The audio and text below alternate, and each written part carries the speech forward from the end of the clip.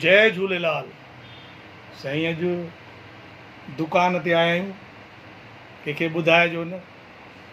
दर बंदि आहे, गिराकी नथा कयूं ऐं गिराक ईंदा बि कोन। पर ईअं महादेव स्वामीअ खे हथ जोड़ायूं, ॾाढी सिक लॻी साईं। चयोसीं वञूं ॾिसूं, छंडे बंडे चऊं महादेव साईं सां भाकी पाए अचूं, ॾाढी सिक लॻी।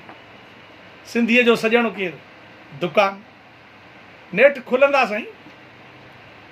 सिंधी पहाका था यादि अचनि, पहाकनि सां बि सिंधी ॿोलीअ जो वाधारो थींदो। तव्हां पंहिंजे ॿारनि खे ॾेखारिजो पहाका असां वटि कहिड़ा कहिड़ा आहिनि। अॼु ॿ पहाका थो ॿुधायांव। हिकिड़ो पहाको मूंखे यादि थो अचे, पर हुनजी घटना ॿुधायां पोइ हुन ते पहाको फिट थी वेंदो।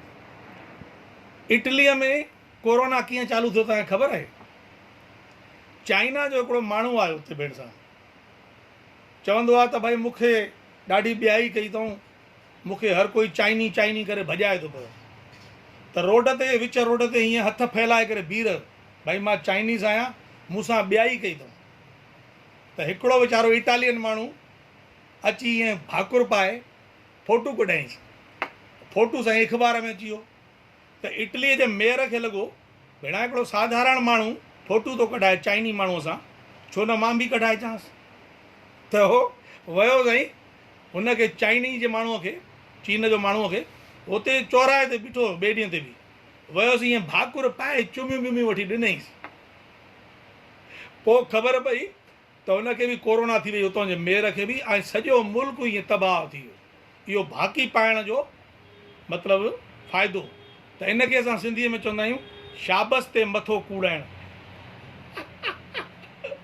शाबस ते मथो कूड़ाइण साईं, सॼे मुल्क जे कूड़ाए छॾियईं मथो।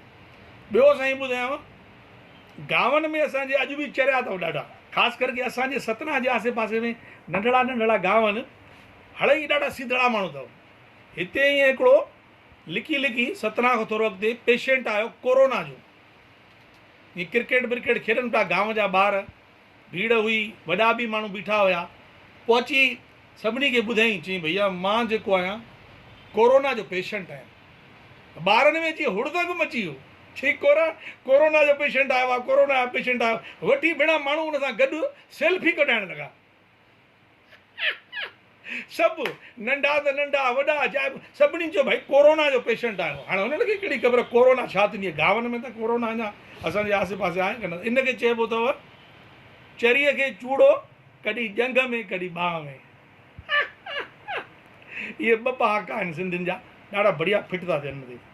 ॿी ॻाल्हि साईं, तव्हां सभिनी खे हिकिड़ी ॻाल्हि चवणी आहे, असां सभिनी खे दान पुञ कयूं था, ॾाढी सुठी ॻाल्हि आहे। 100 में 80% सही माण्हू, 20% ग़लति बि आहिनि। काथे काथे इहो अहिड़ो राशन पहुची वियो आहे माण्हुनि जो, छा ॿुधायांव। साल साल भर जो राशन बि पूजी वियो आहे। ठीकु आहे, ग़रीब ख़ुशि हुजनि, पर काथे काथे साईं असांजा नेताऊं, समाज सेवी हिकिड़ो ईअं ॿ ईअं खिचड़ी ॾेई करे, थोरी ईअं फुल्को हिकिड़ो ॾेई 8 माण्हू फ़ोटू था कढाइनि। मूंखे कल्ह टियों ॾींहुं हिकिड़ो फ़ोन आयो, चई सिंधी समाज जो माण्हू आहे साईं, मूंखे नालो न खणणो आहे पर ॿुधाइण लॻो, चई भई रोटी विराईंदो हुयो सॼे शहर खे रोटी। अॼु उहो बीमार आहे, हुनजी घरवारी वीचारी लाचार, 2 न्याणियूं अथसि। चई हिनखे कोई राशन न ॾेई वियो आहे, फुल्का बसि ईअं 2 ॾेई ऐं फ़ोटू कढाए था वञनि। त हुनजी व्यवस्था त साईंअ कई। ॿिया बि 2-3 परिवार ईअं ॾिठासीं।